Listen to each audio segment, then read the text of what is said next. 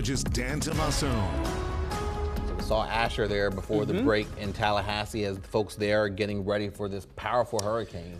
And, you know, the only advice I can give to those down in that area, if you are being asked to evacuate, this is nothing to mess with. I mean, they're talking about 15 to 20-foot storm surge possibilities with this hurricane coming inland. Then, on top of that, the strong winds. And when they say something is likely unsurvivable, you should pay attention to that, that's for sure. And again, it's a very unfortunate situation there. For us, we may eventually get some rain from Helene moving into the weekend forecast, but let's take one step at a time. We're still not done with this system that's been plaguing us all week with clouds, showers, and moisture. Here's the satellite radar picture. We had some steadier rain move through parts of far southern York and Lancaster counties in the last few hours. That is now cleared to the north and east, and still left behind, though, areas of gray skies, but also seeing more light returns on radar, meaning that mist and drizzle is likely persisting across the region.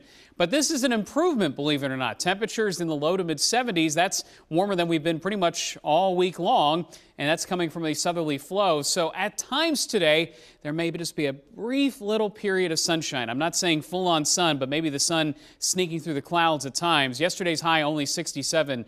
And it was pretty bleak in terms of cloud cover, light shower activity. Just did not want to wane at all. Here's E-Town, and when I first pulled up this camera, I was thinking to myself, maybe there is a little bit of sun coming through, but now the shot not as bright there in E-Town, where we are still seeing a lot of this moisture getting locked up against the ridge tops. Not great visibility out there today if you are out traveling. So our hour-by-hour forecast, let me step aside and show you.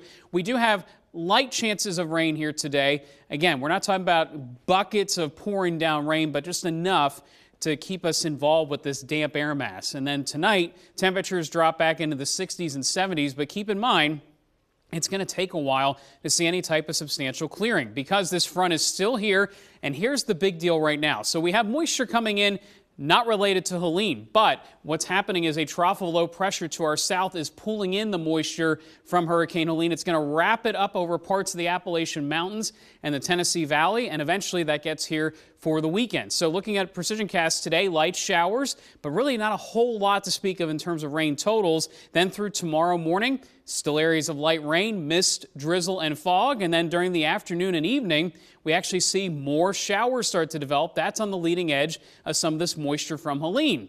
That continues into Saturday, although I don't think Saturday's a total washout. It's still relatively damp, though. And so even over the next couple of days, if we get just a couple hundredths of an inch of rain, as the models show, James, we don't lose that grip of the clouds, the shower activity, and it's here through likely Monday and possibly Tuesday as well before everything starts to finally clear the region. Yeah.